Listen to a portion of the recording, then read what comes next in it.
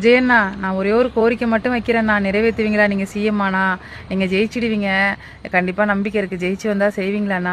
ஏன்னா ஸ்டாலின் ஐயா கிட்ட கோரிக்கை வச்சேன், அவர் காதலே வாங்கலண்ணா. ஜூலி பேசுறதெல்லாம் எடுத்து எல்லா பசங்களும் வீடியோ எடுத்து போடுறாங்க, ஏன்னா ட்ரெண்டிங் ஆகணும்னு போடுறாங்கண்ணா. உண்மையிலேயே மனித நியாயம் இருந்தால் நியாயமான விஷயத்த எடுத்து போடுவாங்கண்ணா. இப்போ நான் நியாயமான விஷயத்த போடுறேன், ஒரு பைய எடுத்து போட மாட்டான். ஏன்னா அவன்லாம் அவங்க அம்மா வயிற்றுல பிறக்கல, பேய் வயிற்றுலையும் நாய் வயிற்றுலையும் பிறந்திருக்கானுமோ. அதனால நான் சொல்கிற வழிலாம் ஜூலி வீடியோ எடுத்து போட்ட அனைத்து விஜய் ரசிகர்களுக்கும் புரியாதுண்ணா. சரிங்களாண்ணா?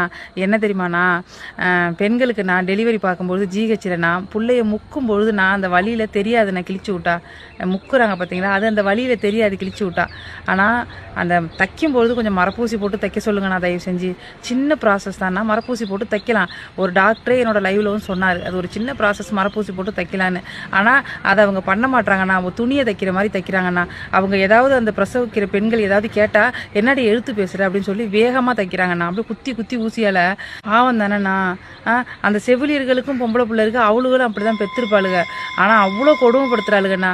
அந்த மாதிரி செவிலியர்களை வேலையை விட்டு தூக்கணும். இந்த ஒரு விஷயத்துக்கு மட்டும் கையெழுத்து போடுங்கண்ணா. நீங்கள் தானே பெண்கள் மனசில் தெய்வமே, சத்தியமாக சொல்கிறேன். ரெண்டாவதுண்ணா, அவங்க உறுப்பில் ஒரு பொருள் வைக்கிறாங்க கர்ப்பப்பைக்குள்ளன்னா, அது அவங்ககிட்டே சொல்கிறது இல்லைண்ணா.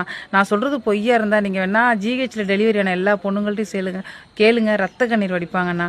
அதே மாதிரி காஃபர்ட்டி போட்டால் அவங்ககிட்ட சொல்கிறது இல்லை.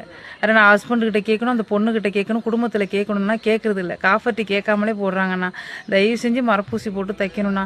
அப்புறம் பிரசவத்துக்கு போகிற பொண்ணுங்களை அடிக்கிறாங்க, புருஷங்கிட்ட காட்டும்போது நல்லா இருந்தான்னு சொல்லி அடிக்கிறாங்கண்ணா. நிறைய பெண்களுக்கு இதனாலே வாழ்க்கை டைவர்ஸில் முடியுதுண்ணா. விஜயண்ணா, அவங்க இதில் என்னம்மா பெண்கள் வாழ்க்கை பறி போகுதுன்னு நீங்கள் என்ன கேட்கலாம். அதாவது அந்த கிழிச்சு விட்றாங்க பார்த்தீங்களாண்ணா, அது வந்து திரும்பி சரியாக தைக்கிறது இல்லை. திரும்பி அந்த பொண்ணுங்க போய் கேட்டாலும் ஒரு பேஸ்ட் மாதிரி போட்டு ஒட்டுறாங்க, அதுவும் திரும்பி துண்டு மாதிரி துண்டு போயிடுது. அதனால அவங்க கணவர்கள் வந்து என்னன்னா, உனக்கு ரொம்ப லூஸாக இருக்குது, உங்க கூட தாம்பரத்தை உறவுகளை ஈடுபடும் போது எனக்கு பிடிக்கிறது இல்லை அப்படின்னா அஃபேருக்குள்ளே போயிடுறாங்க, கள்ளக்காதல் வச்சுக்கிறாங்க. நீ வரதட்சணை கொண்டு வரல, உனக்கு கேட்க ரைட்ஸே இல்லை, உங்க கூட ஒன்றா இருக்கு, எனக்கு பிடிக்கலன்னு சொல்கிறாங்கண்ணா. ஒரு குடும்பத்தை உருவாக்காதானா ஒரு பெண்களுக்கு நிலைமை இப்படி மாறுது.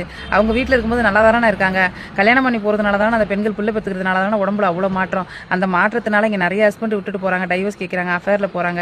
எல்லா ஆண்களையும் சொல்லலை, ஆனால் நிறைய பெண்கள் வாழ்க்கை அதனால கெட்டு போகுது. தயவு செஞ்சு பிரசவிக்கும் போது மரப்பூசி போட்டு தைக்க சொல்லுங்கள், சரியாக தைக்க சொல்லுங்கள். பிரசவத்தின் போது அந்த செவிலியர்கள் அந்த பெண்களை அடிக்கக்கூடாதுன்னு, கெட்ட வார்த்தை அவதூறாக பேசக்கூடாது. அந்த மாதிரி நர்ஸெல்லாம் வேலையை விட்டு பணி நீக்கம் பண்ணுங்கண்ணா. இந்த ஒரு கோரிக்கையை செஞ்சுட்டிங்கன்னா பெண்களுக்கு நீங்கள் தானே தெய்வம், நீங்கள் தான் கடவுள்ண்ணா. சரிங்களா? பெண்கள் ஓட்டே உங்களுக்கு தானே நான் சொல்கிறேன். செய்வீங்களாண்ணா? தளபதி விஜய் அவங்களே உங்ககிட்ட தான் நான் கேட்குறேன், செய்வீங்களா? இல்லை கம்யூனிட்டி பயல்வலா, மனங்கட்ட பயல்வலா, இந்த வீடியோ எடுத்து தளபதி விஜய் அவர்களுக்கு டேக் பண்ணுங்கடா. கூறுகட்ட பயல்வலா, டிவிக்கு ஓட்டு போடு மட்டும் சொல்கிறீங்களா? கண்டாரவழி பயல்வலா, வீடியோ எடுத்து டேக் பண்ணுங்கடா, போட்டு விடுங்கடா எடுத்து.